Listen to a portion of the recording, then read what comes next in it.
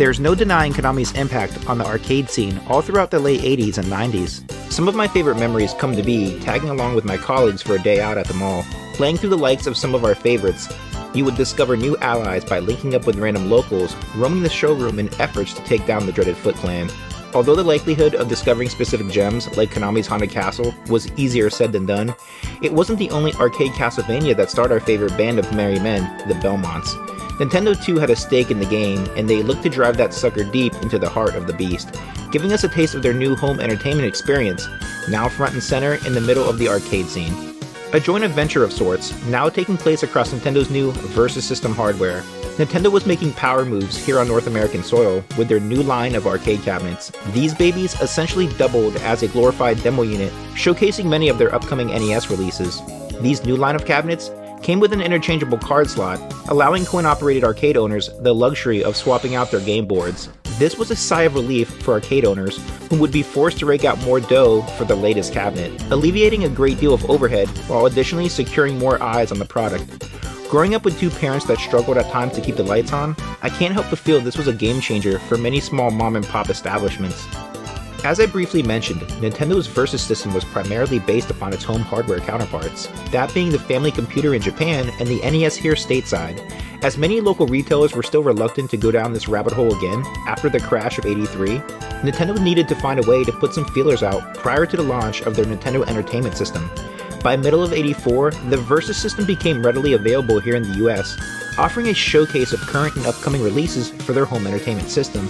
Essentially, the Versus system releases we are now familiarized with would go on to become modified variations of their Famicom and NES counterparts, now tinkered with ever so lightly to coincide with the real feel of the arcade experience. If you have ever been out to your local barcade or hit up a gaming convention from time to time, then you may have seen a few variations of these Versus system cabinets in the wild, the main selling point being the experience. Joining up with a buddy only to throw down, settling an old rivalry once and for all with some head-to-head play.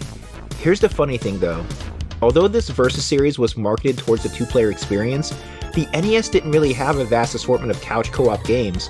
I mean, these were primitive times.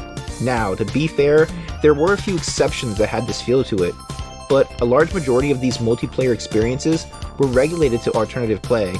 Growing up in a household with siblings, you knew it was going to be some time before you had a turn, unless however that sibling was just plain awful at them, and at that point, you had no other option but to get good. I finally remember spamming Versus Battle in SMB3 just to steal another turn from my brother.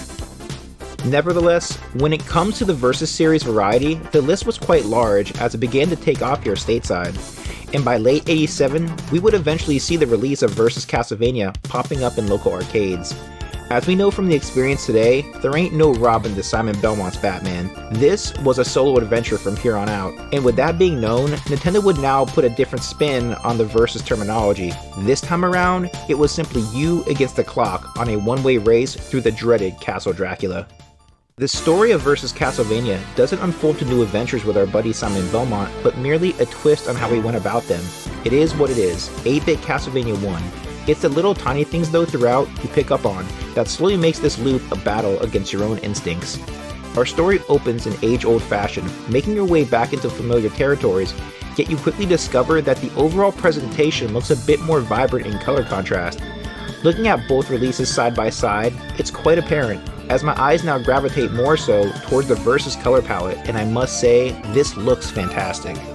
Funny enough, my initial thought playing through this was, okay, I'm ready to get owned by a far more crippling new loop, chock full of additional baddies of the asshole-ish variety.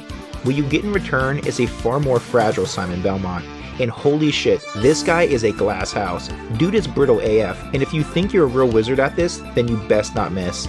Start getting cute with your jumps by overstepping, and best believe you're getting punished. Now, again, events play out nearly identical, so if you have a solid strategy you live by, then stick with it. Better yet, master that shit, because you will need to have your rhythm down moving into the second half of the game. If you're someone like me, then you more often than less enjoy taking your time, whipping those walls for those sought-after delectables that aid you throughout. We are creatures of habit, so oftentimes you may find yourself whipping candles or possibly taking specific paths subconsciously. This is where the Versus release slowly plays mind games with you. Where you once took your time with specific enemies or obstacles, you now can't hesitate as time ticks away. You now become conflicted and panic, compromising what you know in efforts to shave off enough time to have a cushion when going into a boss encounter. These little nuances start to add up, and you can start to see how these specific conditions could become highly profitable for an arcade owner, finding players continually pumping quarters into a cabinet for another quick go at stage 4 here, especially throughout the catacombs where the precision and timing is everything. Got the timer on your mind? Then you might forget to throw your sub-weapon out to clear the way before committing to that jump.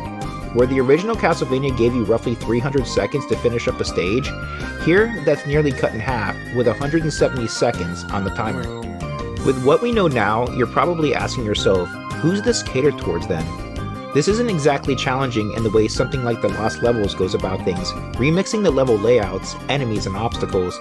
Here, it's more than anything the clock itself. So, then what? This would be an ideal scenario for who? Speedrunners?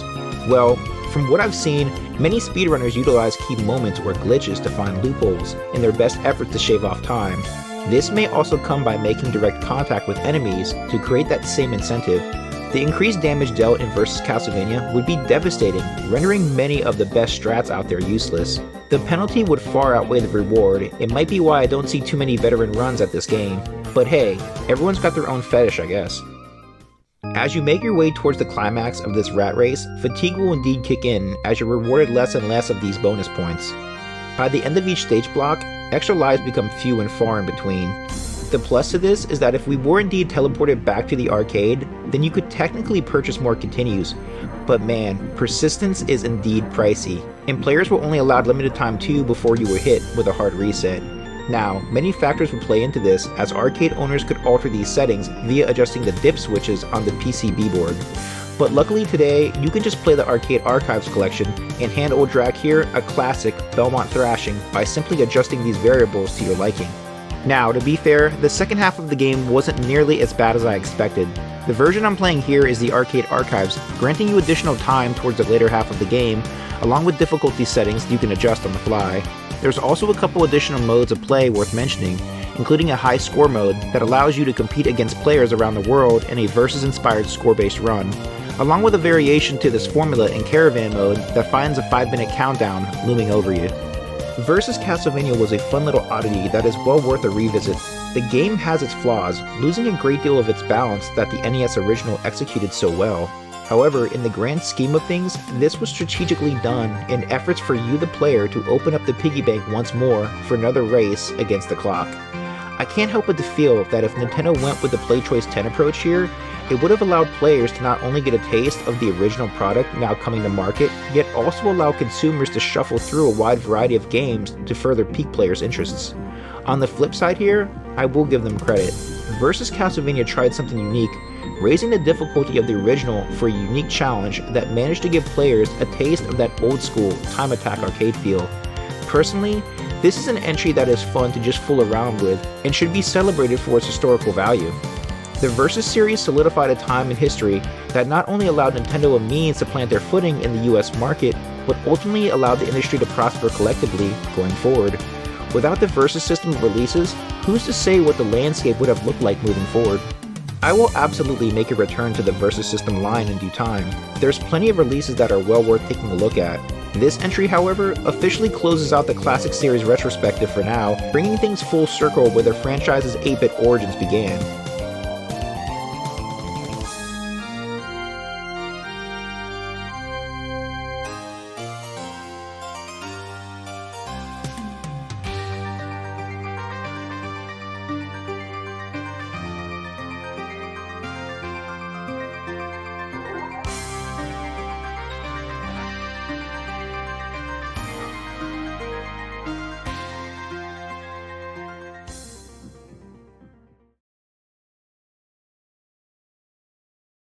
Mother! That voice! Alucard, it's you! I'm coming, Mother! I'll save you! No, Alucard! Don't come here! But Mother! It's all right. If my death can save others, I gladly surrender my life. Mother, no! Please, no!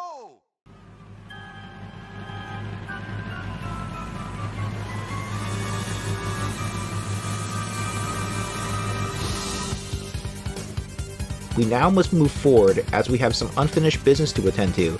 It appears Richter Belmont has gone missing since the events of Rondo of Blood. As we feared, something is indeed not right, and without the Belmont lineage protecting the lands of Transylvania, Dracula's power only grows stronger. As one hero falls, another rises to the occasion. Yet after everything has been said and done, I can't help but to think, this moment right here just feels inevitable.